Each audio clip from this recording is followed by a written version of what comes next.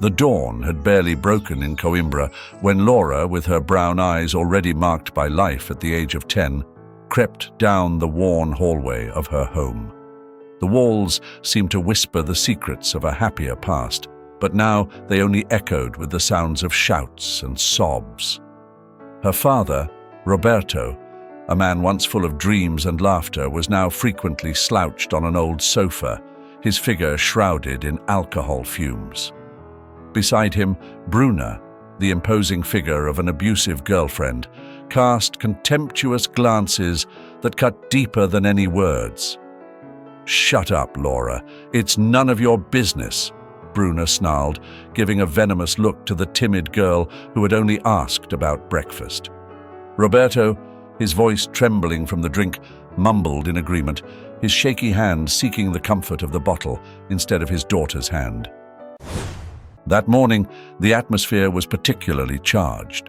A heated argument had erupted, and violence soon followed.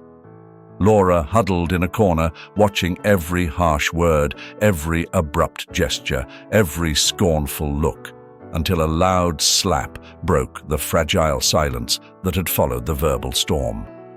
A red mark bloomed on Laura's cheek, inflicted by Bruna, and something within her stirred as well, the determination to escape.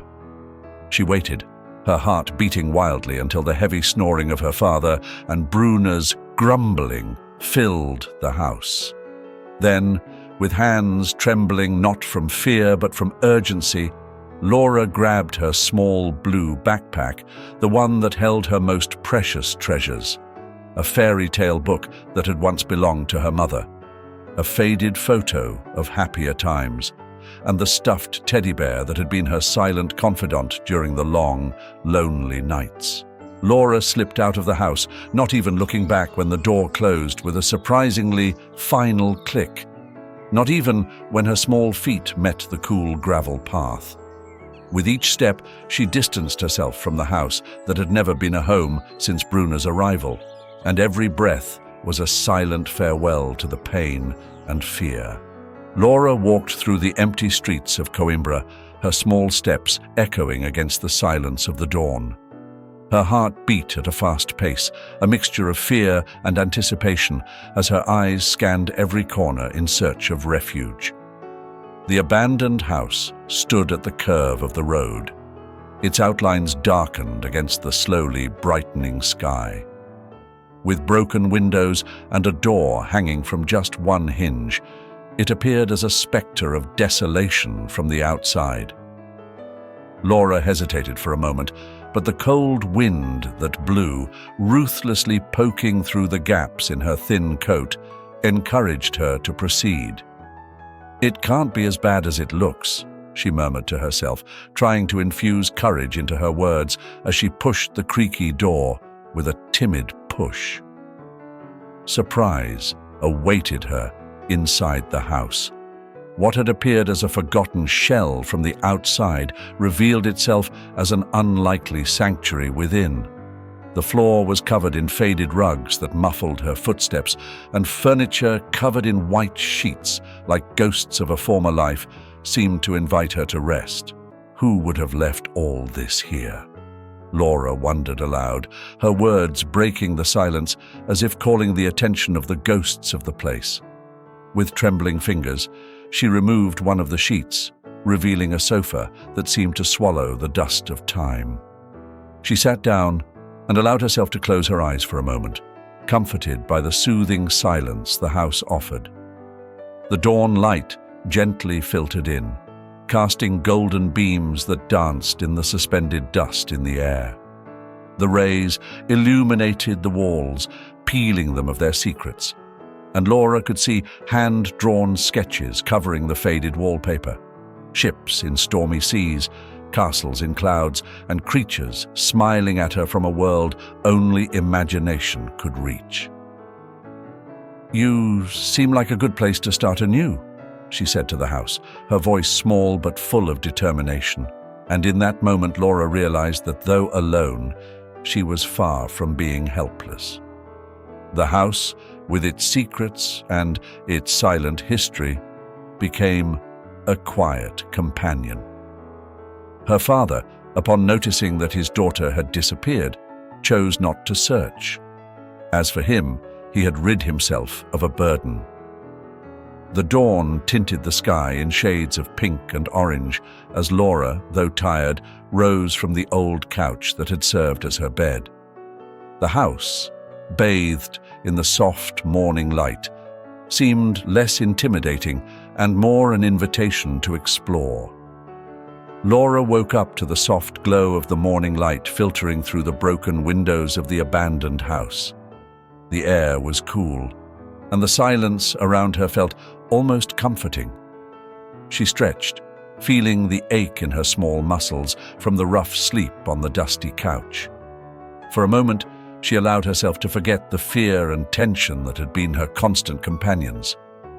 The house, though dilapidated, held a strange charm. As she wandered through the rooms, she noticed details that hinted at its past life. Faded wallpaper, worn furniture, and scattered belongings painted a picture of a place that once held warmth and laughter. She could almost hear the echoes of those who had lived there, their voices lingering in the air. Curiosity led her to a room at the end of the hallway.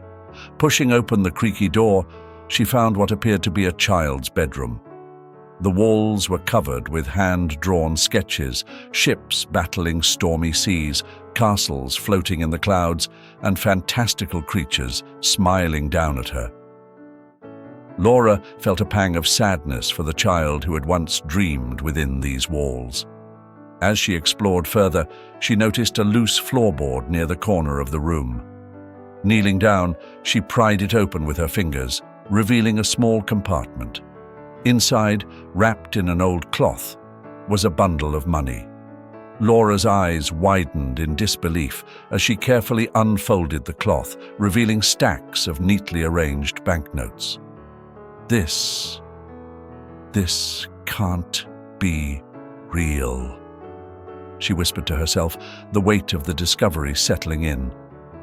The money seemed to shine under the morning sunbeam that entered the house. She felt the texture of the bills under her fingers, her mind racing with possibilities. For a moment, she felt like the heroine of one of her fairy tales, an ordinary girl stumbling upon a hidden treasure. But reality quickly brought her back to earth. She knew she had to be smart about this. "I need to be careful. I can't let anyone find out," she thought, her mind already working on a plan.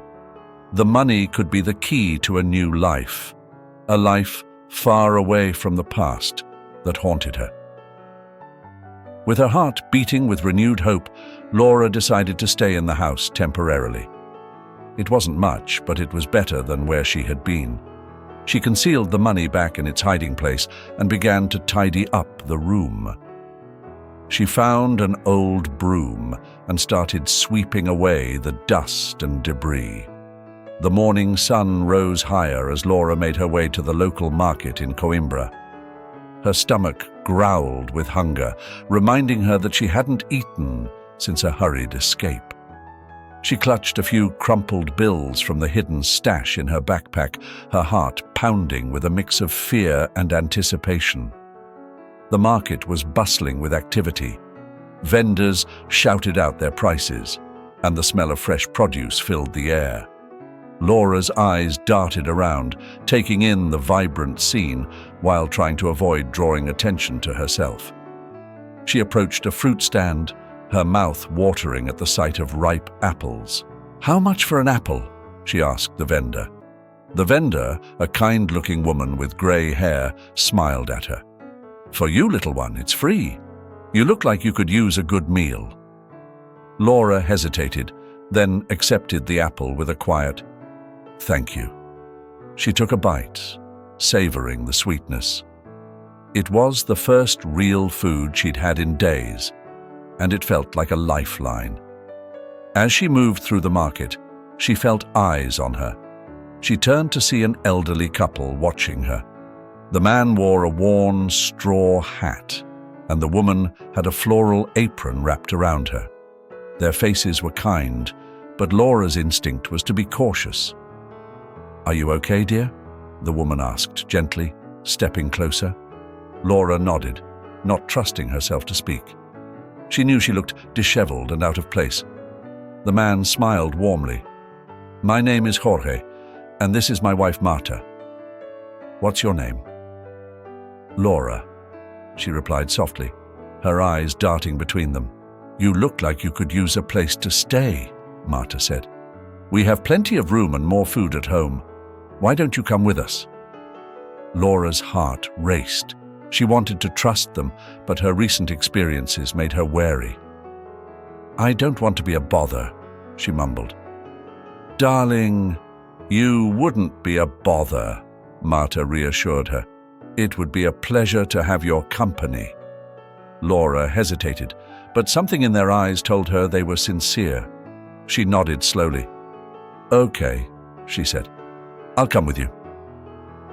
Jorge and Marta led her to their home, a cozy house just a short walk from the market. The warmth and comfort of the place were a stark contrast to the cold, abandoned house she had left behind. Marta busied herself in the kitchen preparing a meal while Jorge showed Laura around. "This will be your room," he said, opening the door to a small but cozy bedroom. "Make yourself at home." Laura placed her backpack on the bed and looked around. The room was simple but inviting.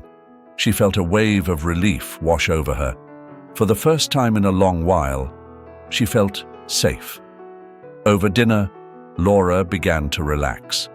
Jorge and Marta asked her about her life, but they didn't press when she hesitated. She told them bits and pieces, enough to let them know she needed a safe place to stay. "You're welcome to stay as long as you need," Jorge said. "We're here for you." Laura looked at them, tears brimming in her eyes. "Thank you," she whispered. "I don't know how to repay you." "You don't need to repay us," Marta said gently. "Just focus on getting better. You're safe here." As the days turned into weeks, Laura began to trust Jorge and Marta more. Their genuine kindness and care slowly melted the walls she had built around herself. She helped Marta in the kitchen and listened to Jorge's stories about his younger days. The Silvas treated her like family, and for the first time in a long time, Laura felt a sense of belonging. Laura woke up to the smell of fresh bread baking in the kitchen. She stretched and rubbed her eyes, still getting used to the comfort of a real bed. The morning sun streamed through the window, casting a warm glow on the room that Jorge and Marta had prepared for her. It was a far cry from the cold, abandoned house she had called home just weeks ago. As she got dressed, Laura could hear the sounds of Marta bustling around in the kitchen and Jorge humming a tune. She smiled to herself, feeling a sense of peace that had been missing from her life for so long. She made her way downstairs where Marta greeted her with a warm smile. "Good morning, Laura. Did you sleep well?"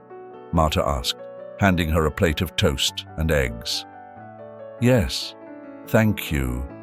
It's been a long time since I've slept so well," Laura replied, taking a seat at the kitchen table. Jorge joined them, carrying a steaming mug of coffee. "What's on your agenda today, Laura?" he asked. "I thought I might explore the neighborhood a bit, if that's okay," Laura said. "Of course it is. Take your time, and if you need anything, just let us know," Jorge said. Laura nodded, feeling grateful for their kindness. After breakfast, she set out to explore the quiet streets of Coimbra. The town was small but charming, with cobblestone streets and colorful houses. As she walked, she felt a sense of freedom and possibility that she hadn't felt in years. Over the next few weeks, Laura slowly adjusted to her new life with the Silvas. She helped Marta in the kitchen, learning how to bake bread and make traditional dishes. She listened to Jorge's stories about his youth and the adventures he had been on. In return, Laura started to open up about her own past. One evening, as they sat together in the living room, Laura felt a surge of courage. "I need to tell you something," she began, her voice trembling slightly. "About why I ran away." Jorge and Marta exchanged a glance, but waited patiently for her to continue. "My father, Roberto, he wasn't always like this. He used to be kind and loving. But after my mother left, he changed. He started drinking, and then Bruna came into our lives. She was cruel, and my father just let it happen. I couldn't take it anymore, so I ran away," Laura said, her eyes filling with tears. Marta reached out and took her hand. "You're safe now, Laura. You don't have to be afraid anymore." Jorge nodded. "We're glad you told us. We want you to know that we're here for you, and we want you to be a part of our family." Laura looked at them, feeling a mix of emotions. "Thank you. I've never had anyone care for me like this before. We've been thinking," Jorge continued, "and we want to make it official. We'd like to adopt you, Laura, if that's something you'd be comfortable with." Laura's heart skipped a beat. She had always longed for a family that loved her unconditionally. "I would like that very much," she said, her voice barely above a whisper. The following weeks were filled with visits to social workers and court appointments. The process was long and sometimes daunting, but the Silvers were determined to make Laura an official part of their family. Throughout it all, Laura felt their unwavering support and love. Finally, the day came when the adoption was finalized. As they left the courthouse, Laura felt a sense of belonging that she had never known before. She was no longer alone. She had a family who loved her. Back at the Silvers' home, they celebrated with a special dinner. Jorge raised his glass. "To new beginnings and to family," he said. "To family," Laura echoed, her heart full of gratitude and hope for the future. She knew that her past would always be a part of her, but now she had a future filled with love and support. Laura smiled, knowing that she had finally found her place in the world. Laura woke up early, the first hints of dawn barely lighting the sky. She had been thinking about the hidden money in the abandoned house ever since she moved in with Jorge and Marta. It was time to retrieve it. Quietly, she slipped out of bed, dressed, and grabbed her backpack. Marta was in the kitchen, starting breakfast. "Morning, Laura. You're up early," she said, surprised. "Morning, Marta. I need to take care of something." "I'll be back soon," Laura replied, trying to sound casual. "Do you want some company?" Marta offered. "No, thank you. I'll be fine," Laura assured her, giving a small smile before heading out. The streets of Coimbra were still and peaceful. Laura's footsteps echoed as she walked briskly toward the abandoned house. Her mind raced with thoughts of the money and what it could mean for her future. When she reached the house, it looked as forlorn as ever, but to her, it was a beacon of hope. Inside, the house was eerily quiet. Laura made her way to the room where she had hidden the money. Kneeling down, she pried open the loose floorboard and retrieved the cloth bundle. She unwrapped it just enough to confirm that the money was still there. Relief washed over her as she carefully rewrapped it and stuffed it into her backpack. She moved quickly but cautiously back to the Silvers' home, her heart pounding with every step. When she arrived, Marta was setting the table for breakfast. "That was quick," she remarked, smiling. "Yeah, just needed to get something done," Laura replied, trying to keep her voice steady. Over breakfast, Laura's mind was preoccupied with finding a safe place to hide the money. She needed to ensure it was secure, but also easily accessible if needed. As she helped Marta clean up after breakfast, an idea struck her. "I'm going to tidy up my room a bit," Laura said, heading upstairs. In her room, she surveyed the space, looking for a good hiding spot. Her eyes landed on a loose floorboard near the bed. She pried it up and created a small compartment underneath. Carefully, she placed the bundle of money inside and replaced the floorboard. Laura sat back on her heels, feeling a mix of relief and anxiety. She knew she had to be strategic with this money. It wasn't just a hidden treasure. It was her chance at a new life, a secure future. That evening, as they sat together after dinner, Jorge asked, "How was your day, Laura? You seemed busy this morning." Laura hesitated for a moment. "I had to take care of something personal," she said, choosing her words carefully. She wasn't ready to share the secret of the money yet. "But everything's fine now." Jorge nodded, sensing she didn't want to elaborate. "If you ever need to talk or need help with anything, you know we're here for you, right?" "I know. Thank you, Jorge," Laura replied, appreciating his understanding. Over the next few days, Laura began to form a plan. She would use the money to further her education, ensuring she could build a future for herself. But for now, she would keep it hidden and safe, continuing to adjust to her new life with the Silvers. Laura's determination to use the money wisely grew stronger with each passing day. She attended school, studied hard, and helped around the house. Her secretive nature about the money was a protective measure, a way to safeguard her future. One afternoon, Marta found Laura reading in her room. "Laura, you've become such a part of our family. We're so proud of how far you've come." "Thank you, Marta. I couldn't have done it without you and Jorge," Laura said sincerely. As Marta left the room, Laura felt a surge of gratitude. She was no longer the scared girl running away from an abusive home.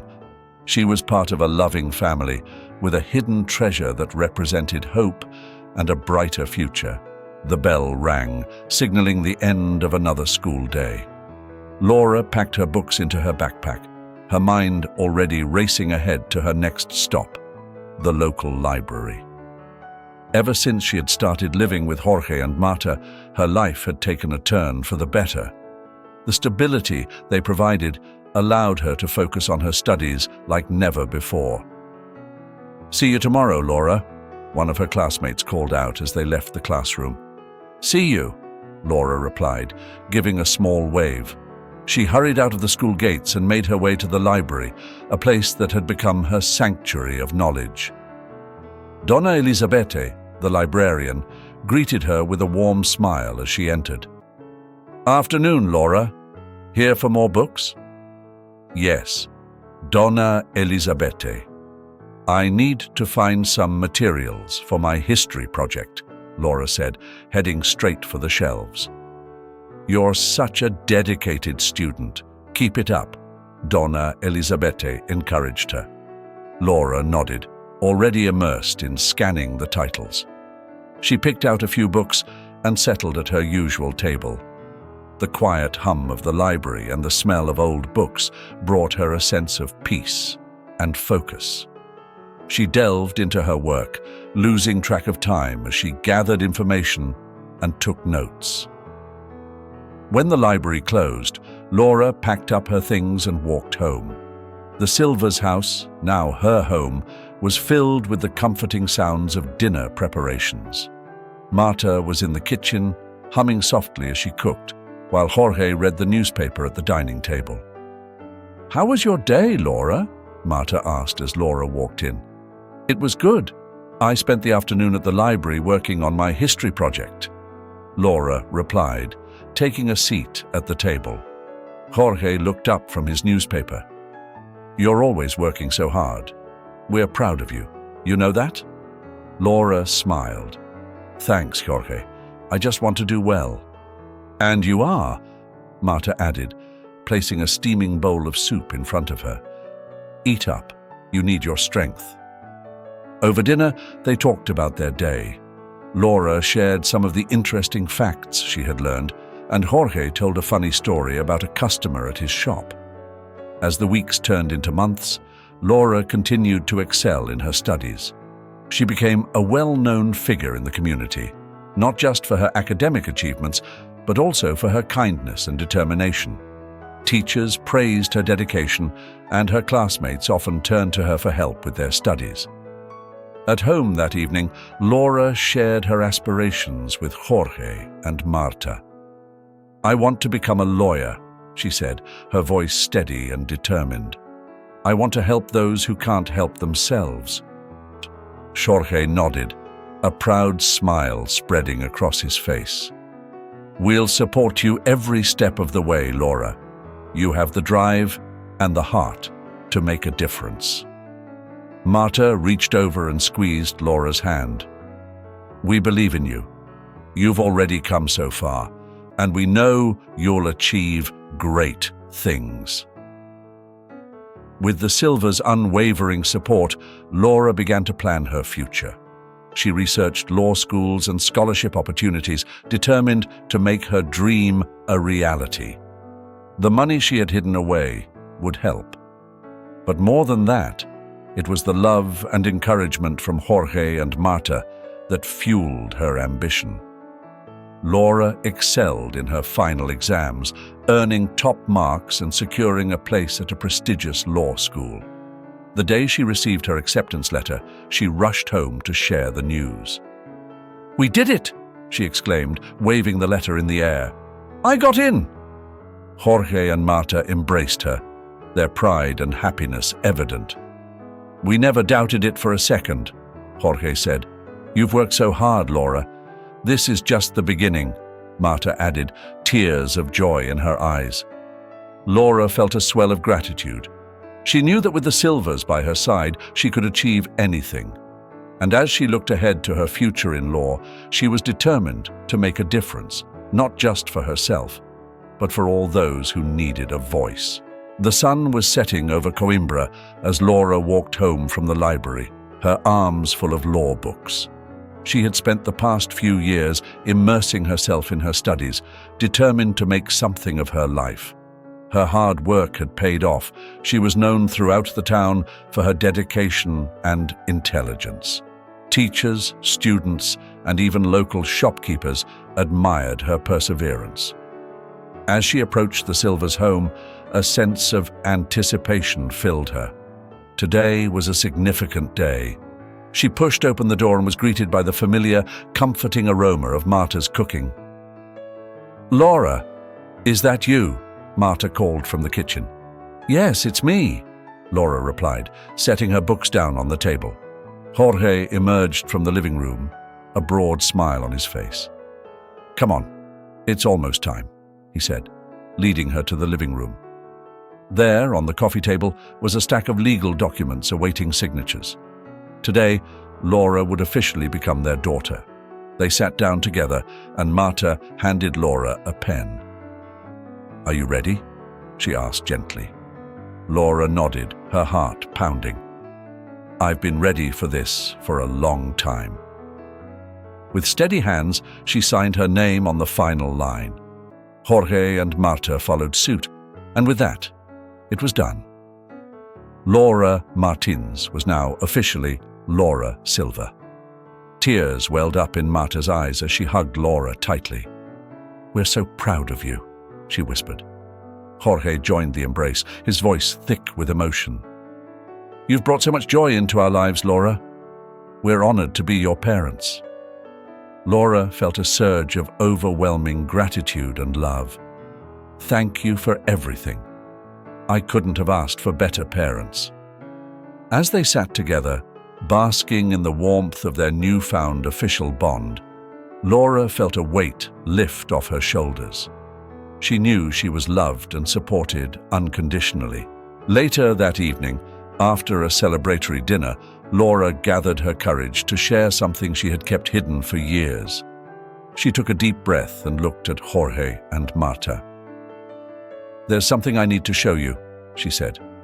She led them upstairs to her room, where she carefully pried up the loose floorboard and retrieved the bundle of money she had hidden there. She placed it on the bed, unwrapping it slowly. "I found this money years ago before I met you," she explained. I've kept it hidden all this time. I want to use it to help pay for my education and to give back to you both for everything you've done for me." Jorge and Marta looked at the money, then at Laura. Jorge spoke first. "Laura, this money is yours. You found it, and you've kept it safe. Use it for your education, to achieve your dreams. That's the best way you can repay us." Marta nodded in agreement. "We're proud of you, Laura. We always knew you had great potential, and now you have the means to pursue your goals." Laura felt tears prick at her eyes. "Thank you. I promise I'll make you proud." The next few weeks were a whirlwind of planning and preparation. Laura applied to several prestigious law schools, using the money she had found to cover application fees and other expenses. The Silvers supported her every step of the way, helping her gather documents and write essays. Finally, the acceptance letters started to arrive. Laura was overjoyed when she received an offer from one of the top law schools in the country. She rushed home to share the news with Jorge and Marta. "I got in," she exclaimed, holding up the letter. "I'm going to law school." Jorge and Marta embraced her, their pride and happiness evident. "We never doubted it for a second," Jorge said. "You've worked so hard, Laura. This is just the beginning," Marta added, tears of joy in her eyes. As Laura looked ahead to her future, she felt a deep sense of gratitude and excitement. She knew that with the Silvers' unwavering support, she could achieve anything she set her mind to. And as she prepared to embark on this new journey, she was determined to make a difference in the world, one step at a time. Laura sat at her desk, reviewing the details of a case. The view from her office in Lisbon's bustling cityscape was a far cry from the small, quiet streets of Coimbra. After many years, she had built a reputation as a formidable attorney known for her dedication and tenacity. Her phone buzzed, pulling her from her work. "Laura Silva," she answered. "Miss Silva, there's a woman here to see you. She says it's urgent," her assistant said. "Send her in," Laura replied, curious about the unexpected visitor. A moment later, the door opened, and a woman stepped in. She looked worn and tired, her clothes rumpled. Laura's heart skipped a beat as she recognized the face from her past. It was Anna, her biological mother. "Laura?" Anna's voice was shaky, filled with uncertainty.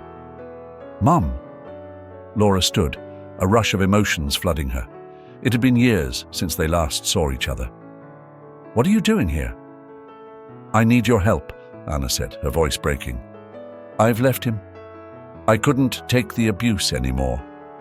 Laura felt a shock.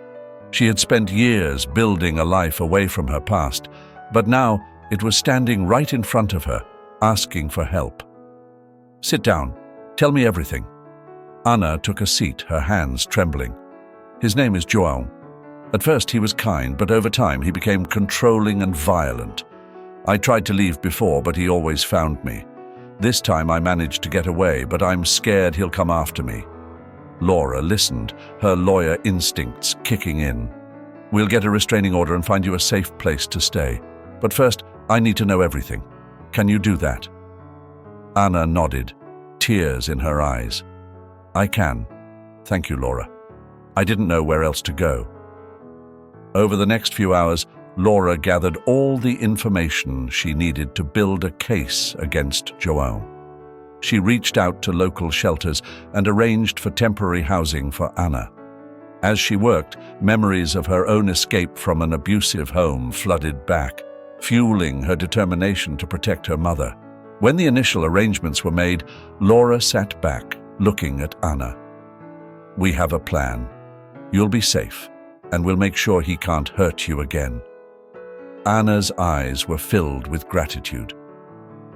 "I'm so sorry for everything, Laura.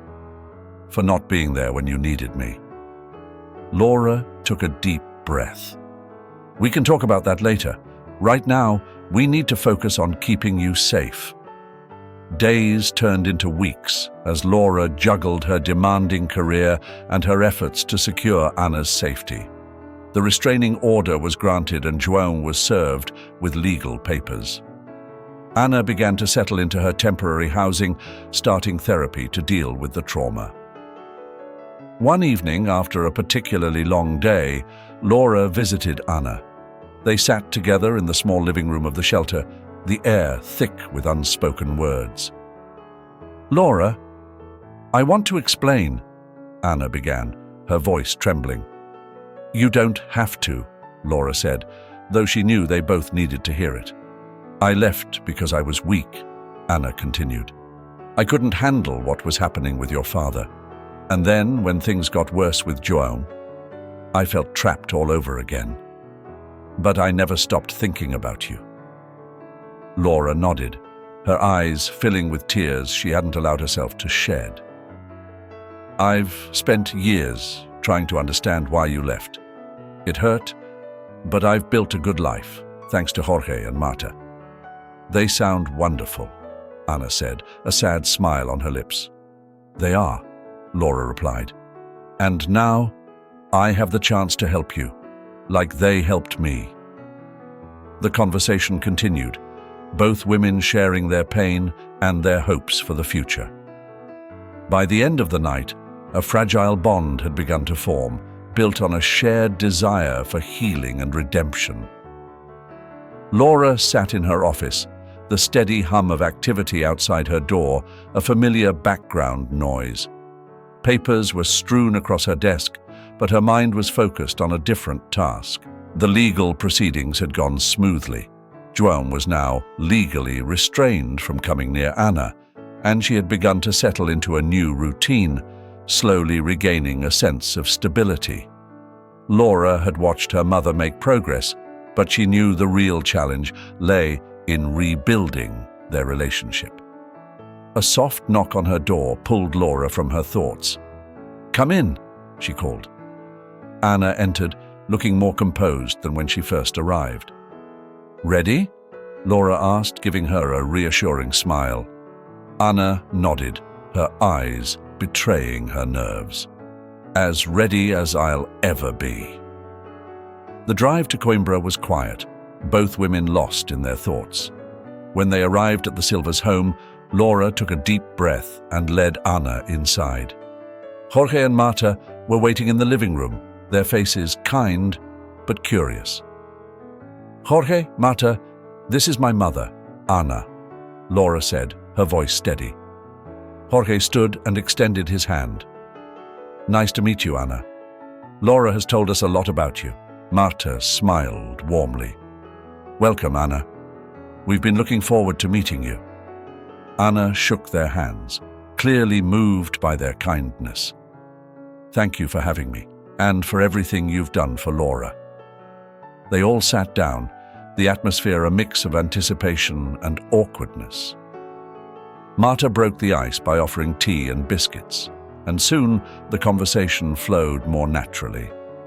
They talked about Laura's childhood, her achievements, and the support Jorge and Marta had provided over the years. As the evening progressed, Anna found herself opening up about her struggles and regrets. "I made many mistakes," she admitted, her voice trembling. "Leaving Laura was the hardest thing I've ever done, and I've regretted it every day since." Marta reached out, placing a hand on Anna's. "We all make mistakes, Anna. The important thing is that you're here now, trying to make amends." Jorge nodded in agreement. "And Laura has become a remarkable woman. That's something we can all be proud of." Laura watched the interaction with a mixture of relief and gratitude. Seeing her mother accepted by the people who had become her family was a step towards healing the wounds of the past. "We have a lot to work through," Laura said, her voice steady. "But I believe we can get there, one step at a time." Over the next few weeks, Anna continued to meet with Jorge and Marta, often joining them for family dinners. The bond between them grew stronger, built on shared experiences and mutual respect. Laura noticed a change in her mother. She seemed more at peace, more determined to build a better future. One evening, as Laura and Anna walked through the garden, Anna turned to her daughter. "I can never undo the past, Laura. But I want to be here for you now, in any way I can." Laura looked at her mother, seeing the sincerity in her eyes. "I appreciate that, Mom. It's going to take time, but I believe we can heal." They walked in silence for a while, the cool evening air filled with the scent of blooming flowers. For the first time in years, Laura felt a sense of closure, a belief that the pieces of her fractured past were finally coming together. Back inside, Jorge and Marta were setting the table for dinner. "You two look deep in thought," Jorge remarked with a smile. "Just working through some things," Laura replied, sharing a knowing look with her mother. Marta placed a dish on the table and turned to Anna. "You're part of this family now, Anna, and families support each other." Anna's eyes welled up with tears, but she quickly wiped them away, smiling. "Thank you. I'm grateful for all of you." Laura sat at her desk, a rare moment of calm in the bustling environment of her law firm. Her thoughts drifted to the weekend ahead. They were planning a special family dinner, one that included Anna, Jorge, and Marta. It had been a few months since Anna had re-entered her life, and the journey of reconciliation had been both challenging and rewarding. A knock on the door pulled Laura from her thoughts. "Come in," she called. Her assistant stepped in. "Ms. Silva, your mother is here to see you." Laura smiled. "Send her in." Anna walked in, looking more confident and composed than Laura had ever seen her. "Hi, Laura," Anna greeted, a warm smile on her face. "Hi, Mum. How are you?" Laura asked, standing to give her a hug. "I'm good, thank you. I just wanted to check in and see if there's anything you need help with for tomorrow's dinner," Anna said. "I think we have everything under control, but thank you for offering," Laura replied. "Are you nervous?"